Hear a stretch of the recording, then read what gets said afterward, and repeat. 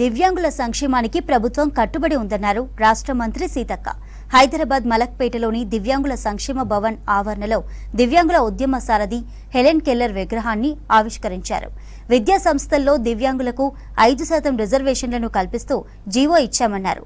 సంక్షేమంలోనూ దివ్యాంగులకు 5% నిధులు కేటాయిస్తామని తెలిపారు. దివ్యాంగుల పట్ల ఎవరూ చులకనగా ఉండొద్దని చెప్పారు సీతక్క. మీ అందరి జీవితాలలో ఒక వెలుగు నింపాలన్నటువంటి కృతనిశ్చయంతో సీఎం రేవంత్ రెడ్డి గారు చాలా గొప్ప అవకాశాలు ఇవ్వడం జరుగుతుంది. మీరు చూస్తే గతంలో డిజేబుల్ డిపార్ట్మెంట్ కు కేవలం 1 crore రూపీసే వచ్చేది ఇయర్.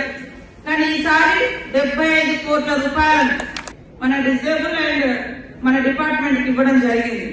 ఈ యొక్క 75 కోట్లతోటి మన అందరి భవిష్యత్తును తీర్చిదిద్దడం కోసం మనకు కావాల్సినటువంటి మరి చేయి లేకుంటే చేయి కావచ్చు, కాలు లేకుంటే కాలు కావచ్చు, ఇయర్ కావచ్చు, అదే విధంగా స్వయం ఉపాధి పొందడం కోసం మరి ఏదైనా చిన్న చిన్న షాప్స్ పెట్టుకోవడం లేదా బైక్స్ తీసుకోవడము. ఇందాక అక్కడ మేము చూసినాం కొన్ని పరికరాలు, మరి అదే సైకిల్ లాగా ఉంటుంది, ట్రై సైకిల్ వెనుక ఒక షాప్ పెట్టుకోవచ్చు.